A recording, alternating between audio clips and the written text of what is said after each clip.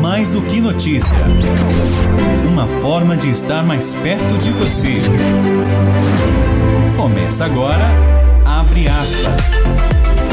Canção nova no coração do Vale. Abre aspas. Abre aspas.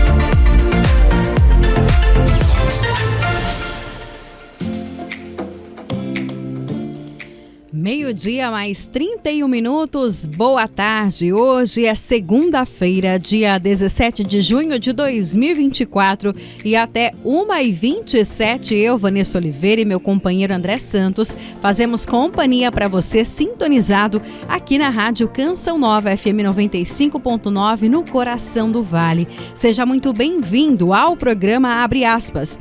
Este espaço de entrevistas, notícias, prestação de serviço e, claro, a sua participação. E você pode nos acompanhar de diversas maneiras, sintonizando aí no seu radinho de casa, do carro ou até do celular, a FM 95.9. Ou ainda nos ouvir pela internet, acesse Canção Nova SJC e lá procure pela rádio de São José dos Campos. Outra opção, baixe o nosso aplicativo Rádio Canção Nova e acompanhe toda a nossa programação. Desde já, obrigada pela sua companhia. Abre aspas. E com a chegada do outono e logo mais do inverno, muitas pessoas sofrem com as oscilações climáticas. O tempo seco, a baixa umidade relativa do ar são fatores que contribuem para o aumento das alergias respiratórias devido à alta concentração de poluentes na atmosfera. Com isso, há uma redução dos mecanismos de defesa do organismo, o que propicia o aparecimento de doenças respiratórias como a asma, bronquite, rinite, sinusite. De acordo com dados da Organização Mundial da Saúde, as alergias atingem em média 30% da população mundial. Especialistas estimam que até o final do século, metade dos brasileiros devem sofrer com diversos tipos de alergias. A frio também atua como irritante nas vias aéreas, o que acarreta mais sintomas alérgicos, como, por exemplo, falta de ar e a coriza. Mas ainda temos as gripes, resfriados, tosse, imunidade baixa, pneumonias, enfim. O que podemos fazer, minha gente, para passar bem essa nova estação que se aproxima e essas baixas temperaturas, principalmente aí no início do dia e à noite? Hoje nós vamos conversar sobre este assunto aqui no programa Abre Aspas. Eu quero convidar você a mandar a sua pergunta, a sua dúvida para o nosso convidado, que é alergista e imunologista, para tirar todas as dúvidas. As principais doenças alérgicas neste inverno. Esse é o nosso assunto. Manda sua mensagem pra gente, 12 30 19 8801. 12 30 19 8801. Não saia daí. Previsão do tempo. Previsão do tempo. Mas antes de começar o nosso bate-papo, vamos conversar sobre a previsão do tempo, que pelo que nós estamos entendendo tem referência também, tem aí uma parcela, né, no nosso assunto de hoje. Amanda Rocha, conta pra gente. E essas temperaturas que a gente começa o dia cheio de blusa e termina o dia carregado de blusas ali na bolsa, no braço, enfim, né? Parecendo uma cebola, né? Vai tirando as camadas ao longo do dia. Como é que fica a previsão para esse início de semana aqui na nossa região, também no litoral e na Serra? Amanda, boa tarde. Boa tarde, Vanessa e ouvintes do Abre Aspas. É isso mesmo, no Vale do Paraíba. Nesta segunda-feira, de acordo com a previsão do tempo, devemos ter mais um dia de sol e sem chuva. Mínima de 9 e máxima de 28 graus em Jacareí e São José dos Campos. No litoral norte e na Serra da Mantiqueira, mesmas condições do vale, dia de sol sem nuvens no céu. Em Ubatuba e Caraguá, mínima de 14 e máxima de 30 graus. Em Campos do Jordão e Santo Antônio do Pinhal, mínima de 8 e máxima de 21 graus. Abre aspas.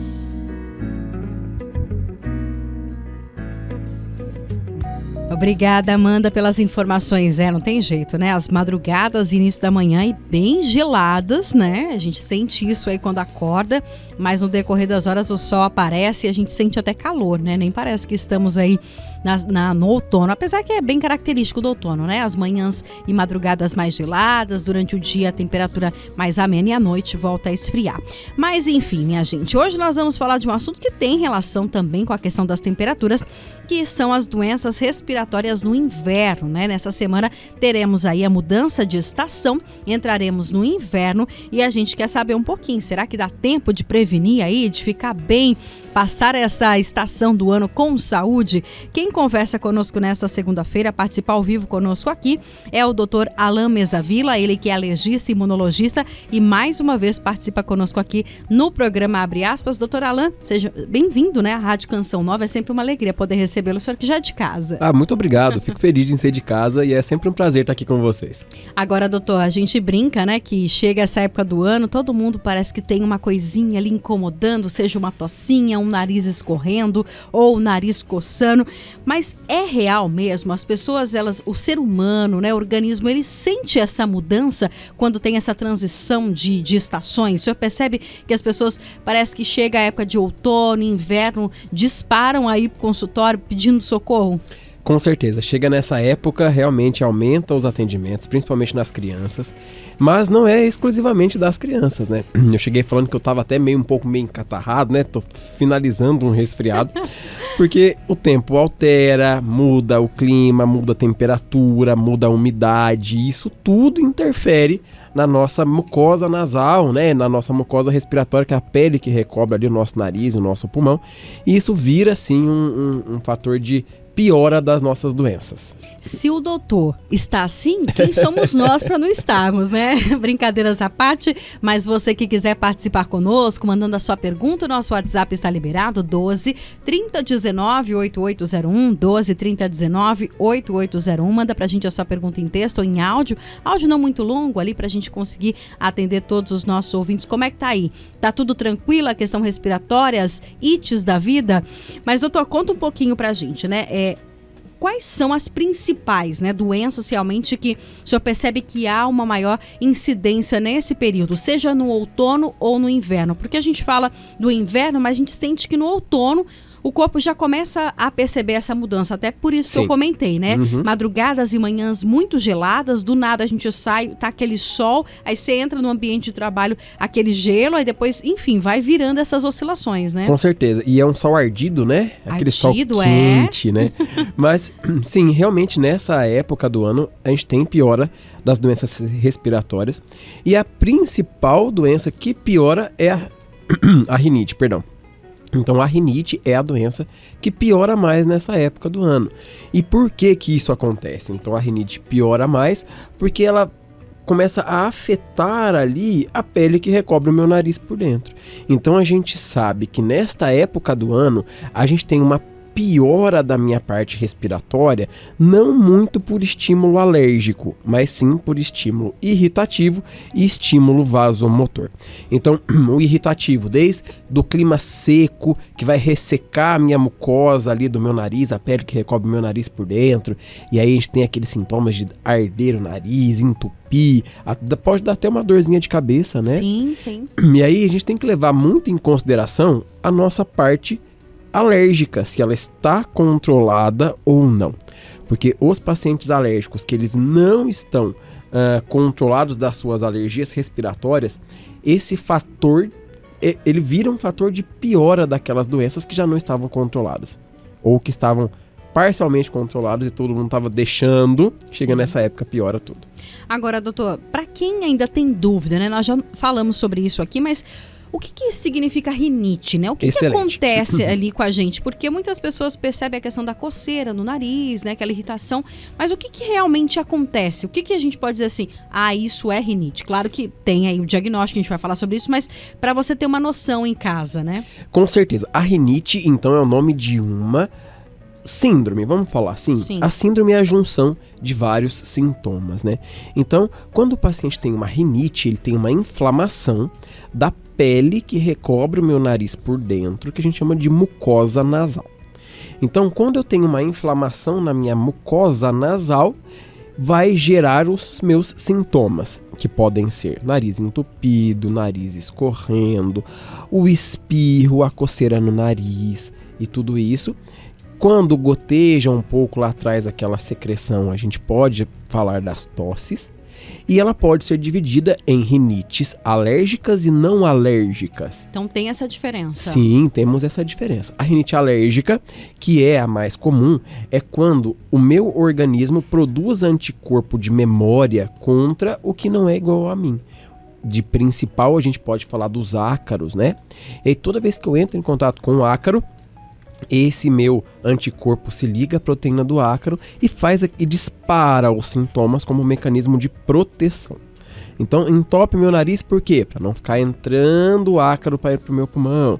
Por que escorre? Para limpar. A coceira, tentativa também de retirada e tudo isso. Mas nós temos as rinites não alérgicas, que são as rinites irritativas, vasomotoras, gustativas. Então temos vários tipos de rinite. Rinite irritativa. Um cheiro muito forte, aquele cheiro de produto de limpeza, foi no meu nariz, irritou e estimulou sintomas. Rinite vasomotora, que é a mais comum nesta época do ano, que é devido à alteração de temperatura do ambiente. Sim. Então, eu tenho um ambiente mais frio, onde essa pele vai ser mais agredida, essa mucosa nasal vai ser mais agredida e vai gerar os sintomas para proteção. E temos, por exemplo, a rinite gustativa. Um exemplo claro de rinite gustativa é quando o paciente come pimenta e aí vai alterar o calibre dos vasos, da boca, do nariz e tudo isso, meu nariz entope. É um tipo de rinite, mas temos que tratar as rinites para melhorar a qualidade de vida e não evoluir para outras doenças que nós vamos falar daqui a pouco. E é tão interessante quando o senhor fala dessa definição de rinite, né? Porque às vezes a gente percebe muitas pessoas falando assim, não, eu não tenho rinite, né? Mas quando eu vou limpar, dá uma coceira, eu fico um pouco irritada, me dá uma dor de cabeça, mas eu não tenho rinite. É comum isso, a gente achar que não tem, mas na verdade pode ter. A gente acostuma. Né? A gente acostuma com o que pra gente é normal. Sim. Então, tem sintoma de nariz todos os dias? Eu pergunto pros meus pacientes. Aí eles falam, não. Eu falo, você tem certeza? Não é nem aquele pouquinho que você acorda de manhã com o nariz um pouquinho entupido? Doutor, não, todo dia eu acordo com o meu nariz entupido. Não tenho. Mas peraí, você ronca ou dorme de boca aberta? Eu não sei. Mas você acorda com a boca seca? Acordo com a boca seca. Isso quer dizer que o meu nariz trancou à noite e eu abri a boca para respirar. Então a gente consegue ver ali estes sintomas e sempre tem que levar em consideração. Agora, doutor Alan, a rinite ela pode aparecer em qualquer época da vida? A rinite alérgica, sim. Ela pode aparecer em qualquer época da vida, mas ela é mais comum na infância, né? E da mesma forma que ela é mais comum na infância, a grande maior parte dos pacientes melhoram na infância. A gente tem as fases de conversão imunológica, isso é através de estudos observacionais, né? Então isso não é um padrão certo. Sim. Mas a gente tem aquelas rinites que podem melhorar, as doenças alérgicas podem melhorar com algumas idades. Então, por exemplo, a primeira conversão imunológica pode acontecer com 2 anos, depois a gente fala de uma conversão imunológica com 4 a 7 anos, depois a gente já fala uma conversão imunológica ali com 12 anos, mas depois disso vai ficando cada vez mais difícil. Então eu reforço aqui que isso é um dado observacional. Então a gente não consegue comprovar isso não é uma regra para todo mundo. Mas acontece sim, mais na infância, mas os pacientes podem desenvolver estes sintomas depois do adulto. Tá? Ou mesmo começar a observar mais também, né? Às vezes, com certeza, na infância ali, né? O pai, a mãe, às vezes acabou não percebendo e aí foi ficando mais velho, começou a perceber, procurou um alergista, teve um acesso mais fácil, talvez, e aí chega ali e tem esse diagnóstico também, né? Com certeza. E aí um dado importante que eu trago aqui para vocês é a correlação COVID com doença alérgica e imunológica. Mas o porquê que você está falando isso agora? Porque com o Covid a gente viu que ele faz uma alteração imunológica, onde ele vai deixar o meu sistema imunológico mais reativo. Lembra qual é a definição de alergia? Alergia é uma reação imunomediada exagerada. O que é isso? Então a alergia é uma reação que tem mecanismos imunológicos e ele é exagerado, ele é sempre para cima, ele é sempre uma coisa que vai agredir mais do que a população em geral. E com o Covid a gente viu que ele faz com que o meu sistema imunológico fique mais reativo e pode acordar ou trazer alguma doença alérgica que o paciente não estava apresentando. Isso é comum semana passada, já tive ali 2 pacientes com a mesma queixa. Então, pessoal, não é por causa da vacina, é por causa do Covid, tá bom? Isso pode acontecer. E é tão interessante a gente entender também, né, doutora? Eu trouxe um dado aqui que a Organização Mundial da Saúde diz aí que grande parte da população pode desenvolver ou mesmo descobrir aí doenças alérgicas. O senhor percebe isso? Mas tem aumentado ou mesmo as pessoas têm obtido maior conhecimento e buscado a ajuda de um profissional para ter um diagnóstico? As duas formas. Então a gente vê que a incidência sim das alergias estão aumentando. Então, por exemplo, a gente vê tanto as alergias alimentares, que a gente vê um aumento verdadeiro, que não é tão exorbitante igual está sendo falado. Quando a gente vai fazer mesmo a investigação, a gente vê que a gente tem um aumento das alergias alimentares, mas as alergias respiratórias também. E aí, a gente leva dos fatores que podem fazer com que o meu sistema imunológico fique mais ativado. E aí eu falo da baixa... não sei se a gente ia falar isso mais pra frente, mas eu falo da baixa prática de atividade física, da poluição, da alimentação e tudo isso, que a gente pode falar um pouco melhor. E esses dados fazem, esses fatores fazem com que a minha alergia fique mais evidente, né? Com certeza. E é interessante o senhor tocar nesse assunto, doutor Alan, porque a gente pensa muitas vezes que a questão, por exemplo, de uma alergia, no caso da rinite, aí a gente hoje está conhecendo que tem vários tipos, né? A gente não dá muita importância para os fatores externos, né? Ou às vezes só foca no fator externo, pensa que o estilo de vida não tem nenhuma relação. E ao longo da vida a gente vai aprendendo e entendendo que o nosso corpo, ele é um só, ele é uma máquina e cada pedacinho depende do outro, né? Para funcionar bem. Com certeza, está tudo interligado, tudo. Desde a prática de atividades físicas, que a gente já tem estudos que mostram a elevação de anticorpos, a elevação de linfócitos reguladores, a elevação de mecanismos imunológicos que fazem com que eu fique mais forte, com a minha imunidade mais forte. Sim. Da mesma forma, a minha alimentação, porque a minha imunidade começa no intestino, a gente tem produção de anticorpos no intestino. Então, se eu tenho uma alimentação boa e equilibrada, eu vou ter uma flora intestinal adequada e produção correta desses anticorpos. Agora, o senhor tocou na palavra da questão da imunidade, né? E não tem como a gente trazer um imunologista e não falar sobre isso, até porque, com certeza, você de casa, né, já deve ter ouvido, ou mesmo já falou isso. Ah, minha imunidade caiu.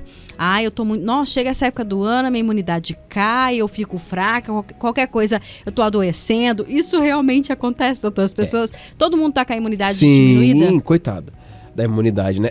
Quem é essa imunidade, doutor? Mas isso acontece com bastante frequência. E vamos primeiro falar quais são os dados, o que a imunidade faz. Qual é o papel da imunidade no nosso corpo? Então, a imunidade no nosso corpo, ela não vai só proteger a gente de infecções de repetição, infecções graves e tudo isso.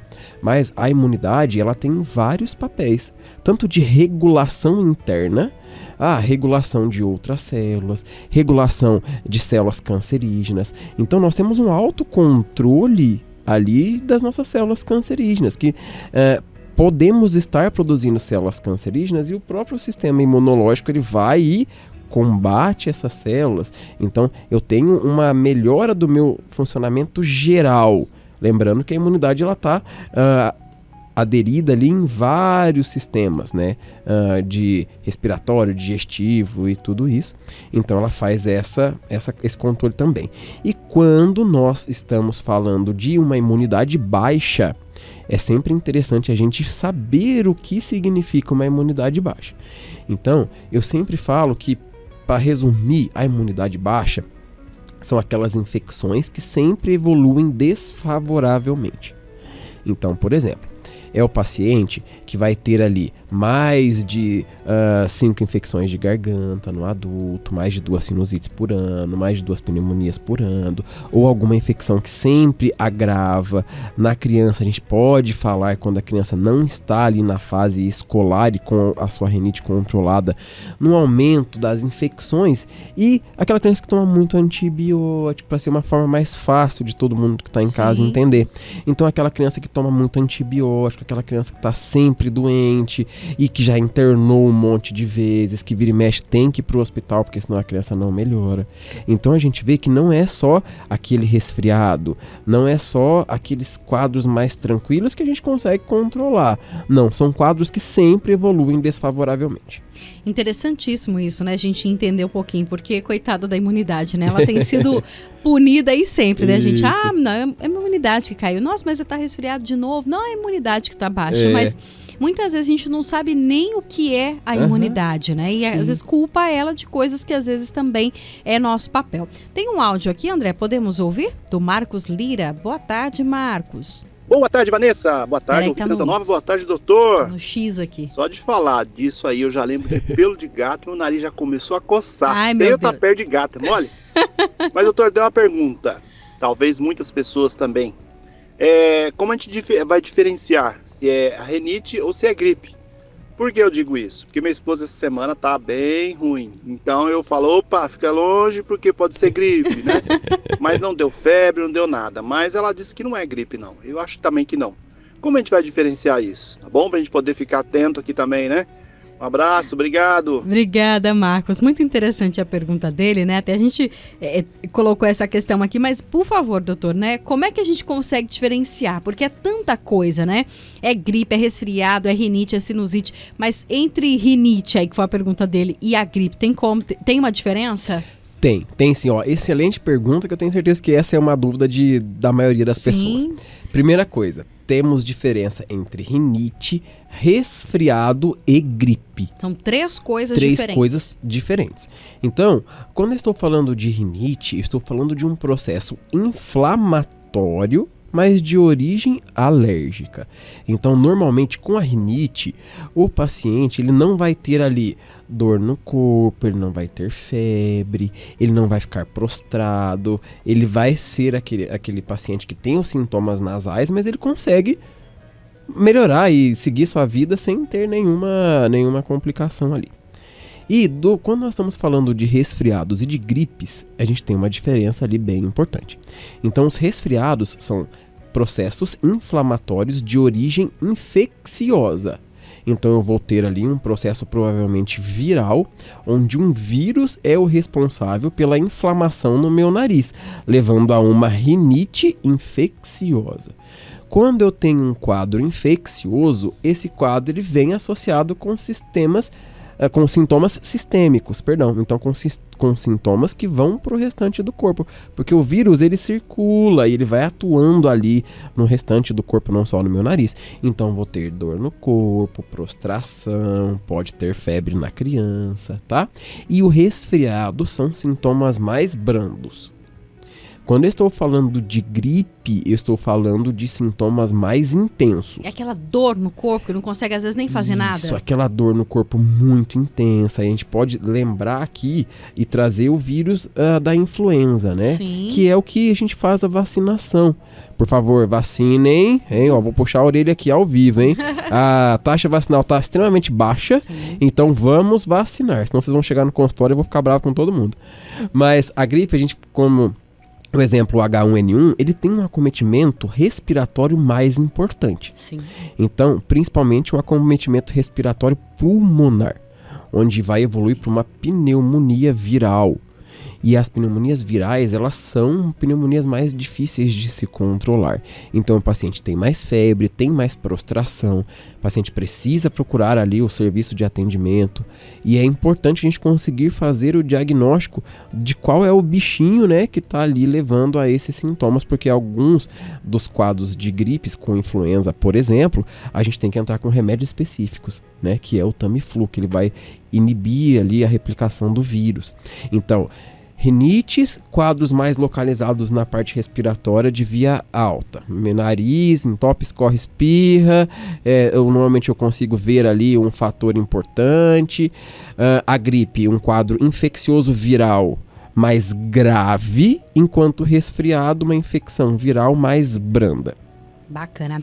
Muito bem, André, vamos num rápido intervalo e a gente volta já para continuar o nosso bate-papo de hoje. Doenças respiratórias no inverno, Dr. Alain Mesavila, ele que é alergista e imunologista, bater esse papo conosco e você continue mandando as suas perguntas, 12 30 19 8801. Depois do intervalo eu passo as demais perguntas aqui. Tem muita coisa pra gente falar, tem a questão da sinusite, pneumonia, enfim, tantas outras questões e de que maneira, né, nós podemos prevenir ou mesmo seguir o tratamento, de que maneira o tratamento pode nos ajudar a passar bem aí essa estação que está batendo na porta e essa semana chega aqui na nossa região, em todo o país, o hemisfério sul. Então você continue participando conosco, não saia daí.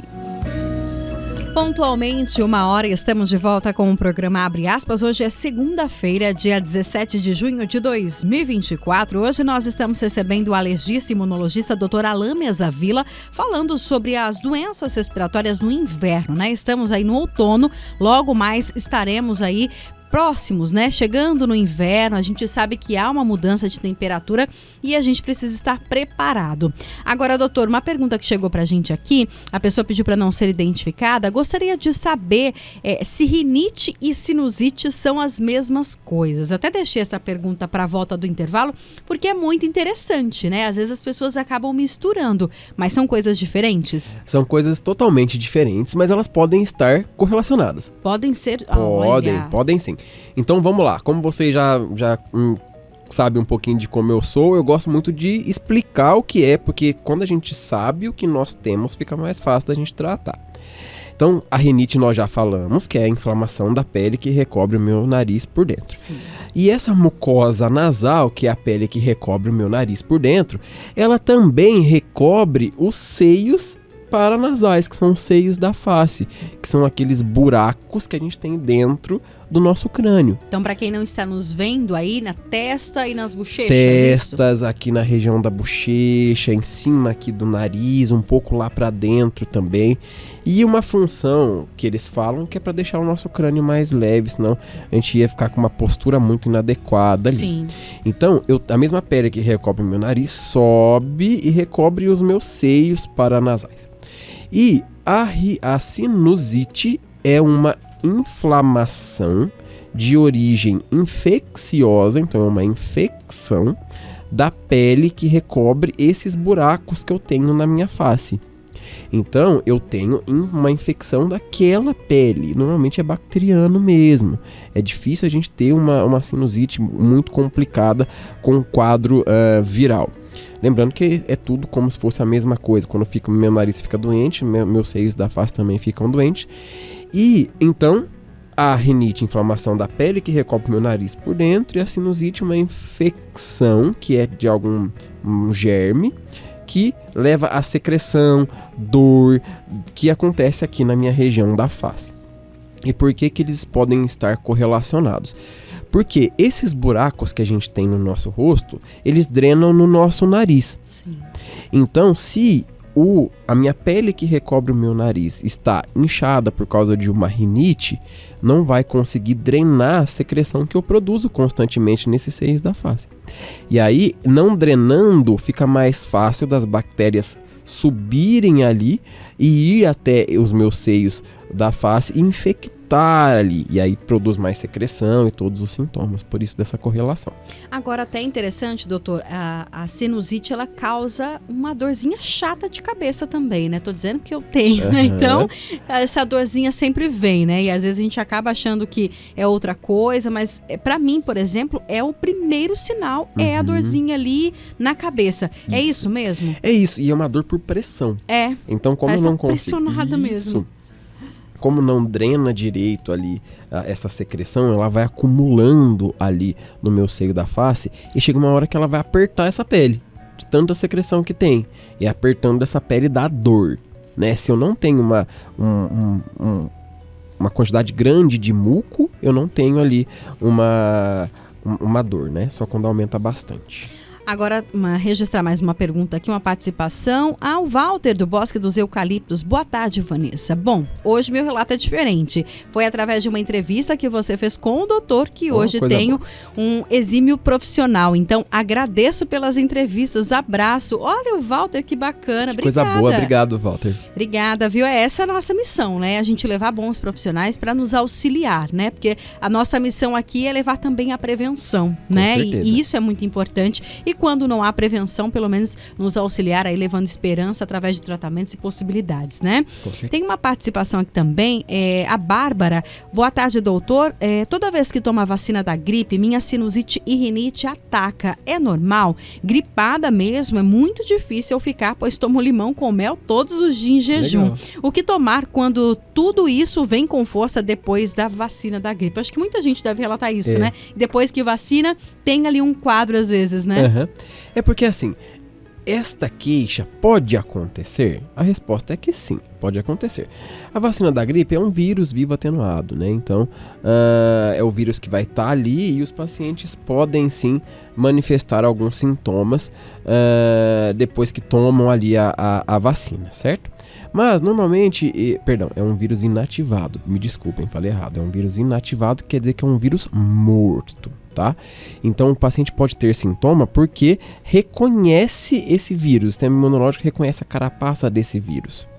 E aí pode vir os sintomas, mas como ele é um vírus morto, ele não é um vírus atenuado, como eu falei erroneamente, perdão, ele é um vírus morto, ele não tem o seu poder de causar a infecção porque ele já está morto. Mas alguns sistemas imunológicos podem reconhecer e falar, olha, vou fazer um sintomazinho aqui porque está entrando um vírus para me proteger. E aí a gente tem ali aquela reação. A gente sabe que no início, e aí a gente tem que desmistificar aqui. No início, quando foi introduzida a vacina contra a influenza no Brasil, veio alguns lotes de um fornecedor da Índia e vieram vírus vivos atenuados. E aí até alguns vírus vieram vivos mesmo. Na verdade, isso não tem nada a ver com o governo, isso tem a ver com o fabricante que fez a vacina. E aí, realmente, os pacientes tomavam e tinham sintomas, porque estava colocando um vírus que estava vivo, né? Mas isso não acontece mais. Isso aconteceu em um período muito curto, com um lote específico que depois foi normalizado.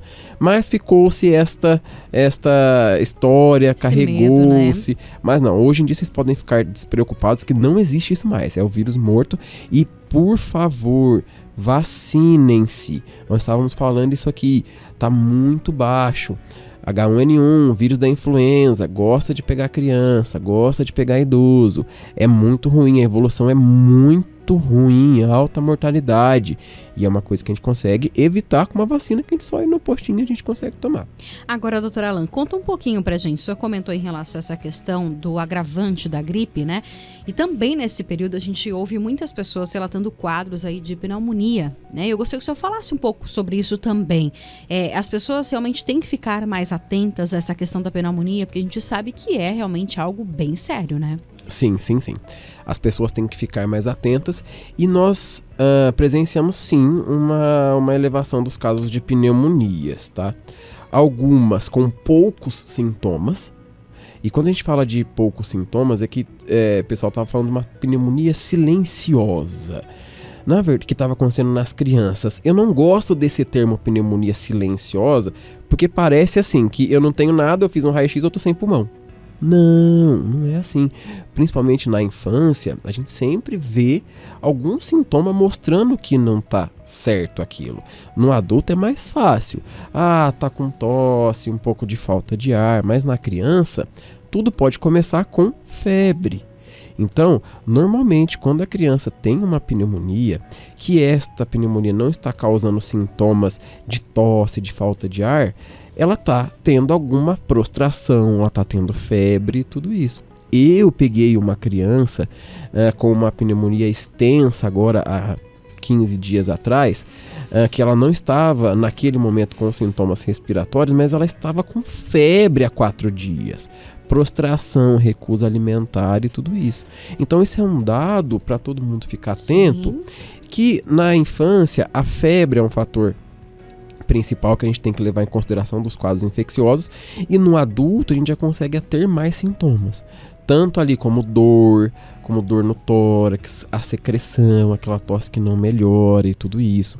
E é sempre bom procurar um atendimento, sim. Alguns quadros, a gente sabe que pode até melhorar sozinho, mas na grande maior parte a gente precisa de um antibiótico, de uma avaliação adequada. Sem dúvida. Doutor, mais pessoas aqui querendo participar conosco. Boa tarde.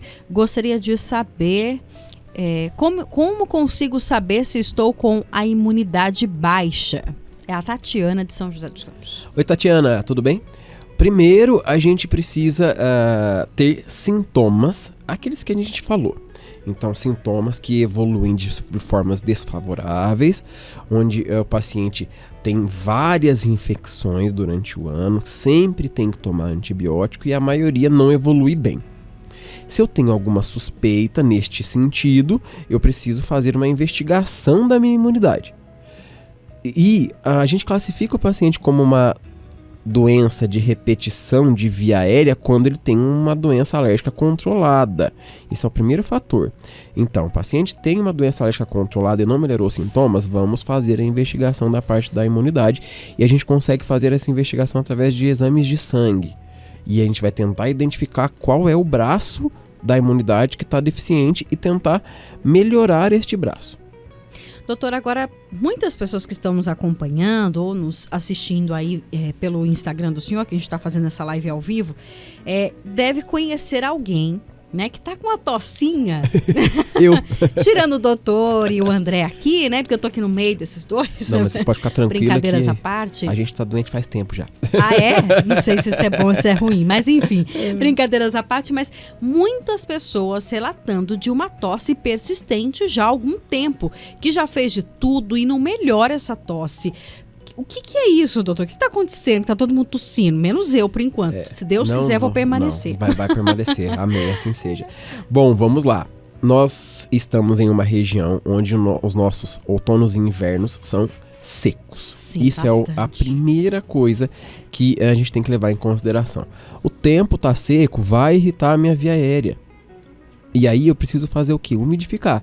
Tanto ingerindo água mesmo, tomando água, como fazendo inalação, umidificando o ambiente, fazendo soro no meu nariz, que isso tudo vai melhorar ali.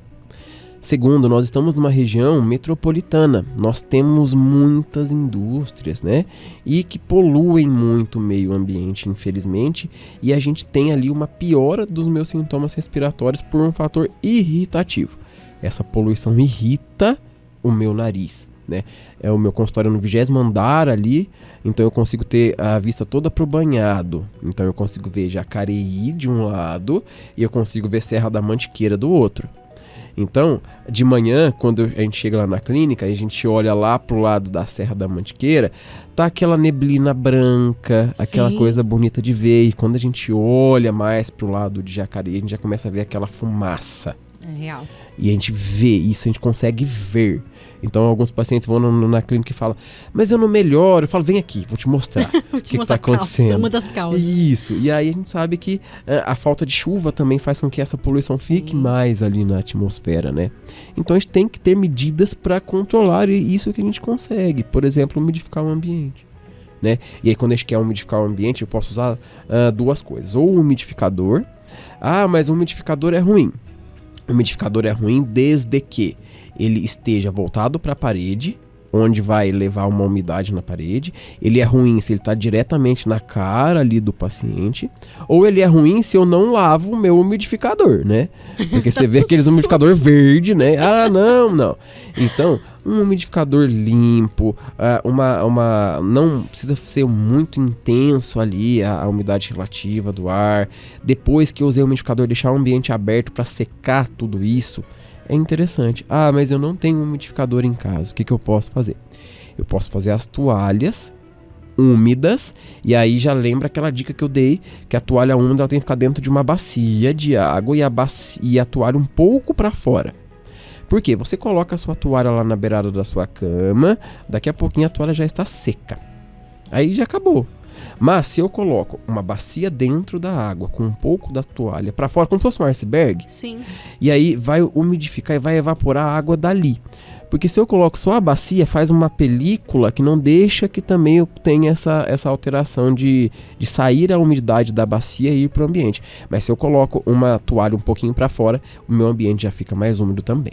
Bacana. A Maria Cecília, ela é de Jacareí. Boa tarde. Tive dengue, na sequência fiquei gripada e a tosse não me largou mais. Já tomei vários xaropes e não passa. Às vezes começa a conversar e ela vem, doutor. E aí ela toca num ponto bem interessante também, que é a questão que ela tomou vários xaropes. Isso é preocupante? Nós estávamos até conversando sobre a dengue, né? Talvez. Sim, é verdade. Talvez se a gente viu alguma alteração imunológica, até o momento não. Nada foi relatado ainda nos estudos. Lembrando que nós temos centros importantes de estudos aqui no país, que são muito bem conceituados. A gente leva muito em consideração o que eles falam. E até o momento a gente não teve nenhuma repercussão em relação a isso. Mas os xaropes, né? Os xaropes são coisas que... Primeira coisa, por que serve um xarope para tosse? O xarope para tosse, ele não vai curar você. Ele vai te dar uma ajuda. Quem vai curar você vai ser o seu próprio sistema imunológico. Então você está com um resfriado, o seu sistema imunológico vai pegar aquele vírus, ele vai reconhecer aquele vírus, ele vai fazer sintomas para tentar eliminar aquele vírus e depois ele vai se recuperar. Quando a gente faz algum xarope ou alguma medicação para gripe, a gente está dando um empurrãozinho para a gente passar por aquele período de uma forma mais tranquila. Mas não é o xarope que vai te curar, e sim o seu próprio sistema imunológico. Ele é feito para isso, graças a Deus ele está ali reguladinho, e nos pacientes que não têm imunodeficiência a gente consegue levar isso de uma forma melhor.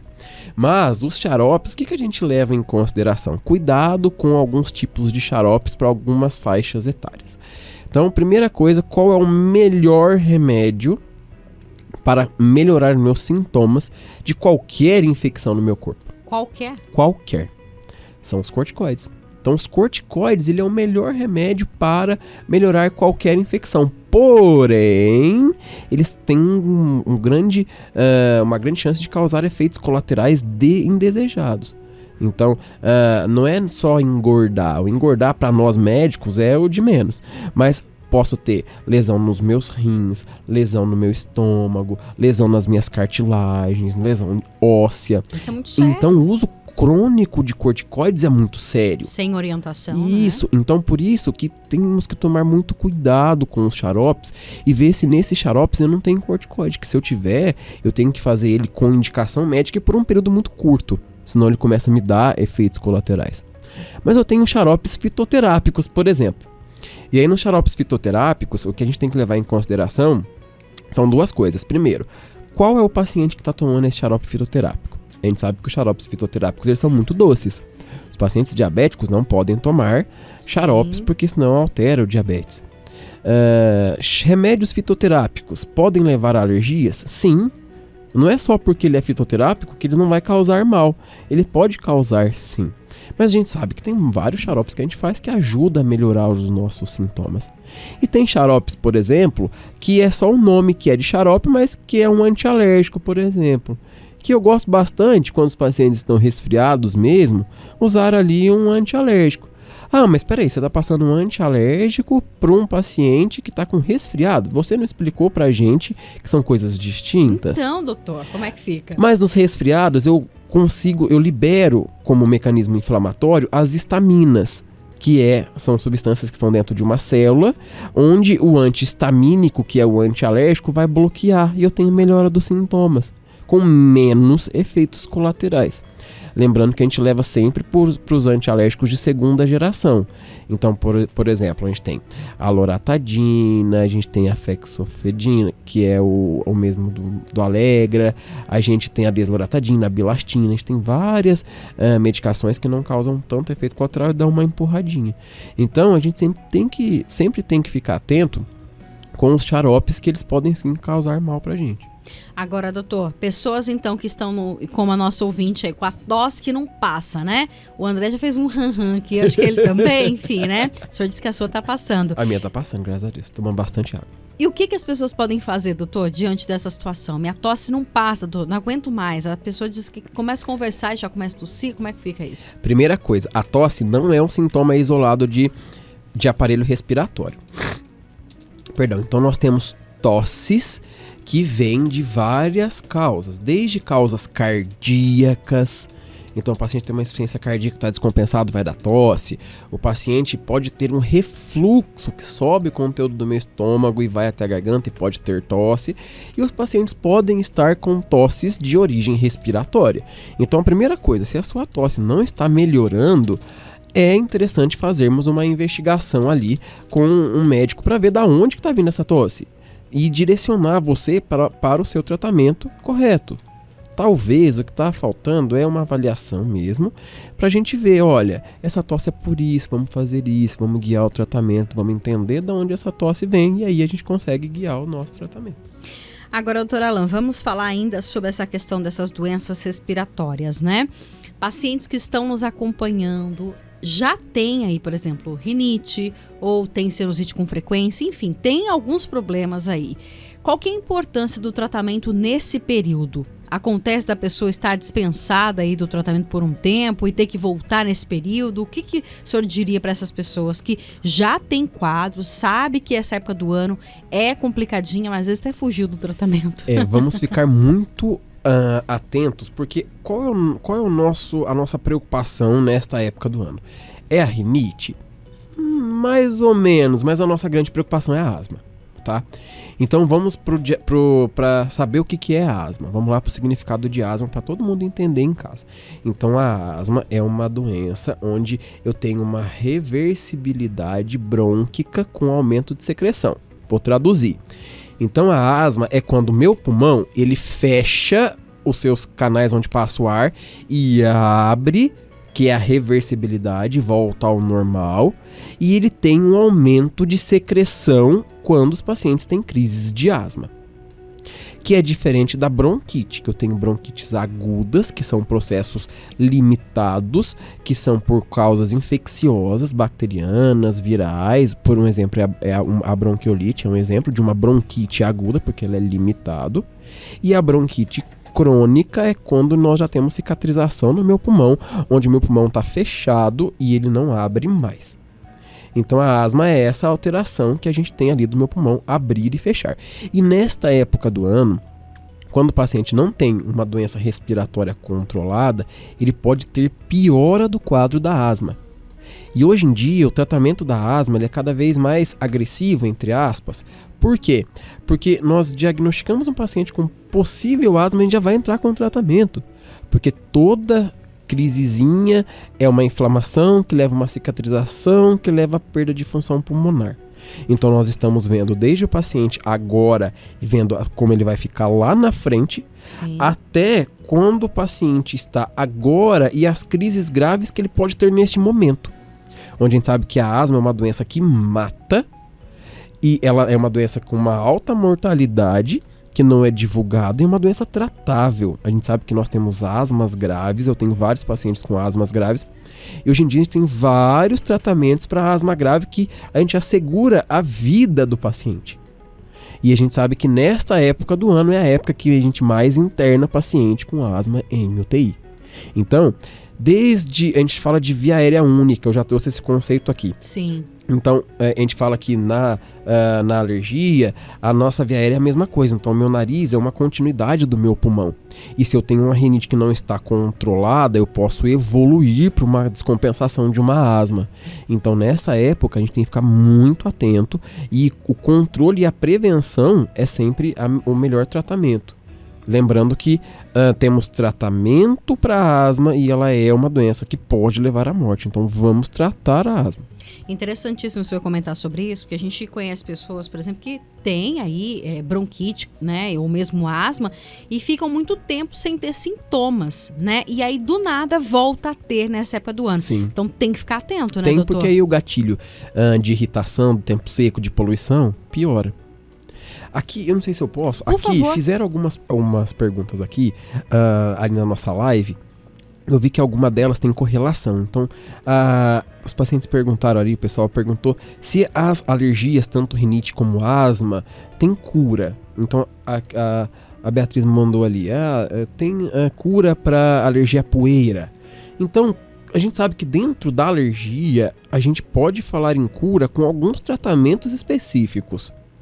E quando nós estamos falando em cura de alguns tratamentos específicos, a gente fala das vacinas para alergia. Sim. Que é a imunoterapia, onde a gente pega o que o paciente é alérgico, faz uma vacina para ele, e isso vai começando de forma mais diluída até for ficando mais concentrado, onde ele tem alterações dentro das células que melhoram os seus sintomas, e com o passar do tempo, o próprio sistema imunológico controla o sistema alérgico. Por isso que a gente pode falar em cura em alguns pacientes.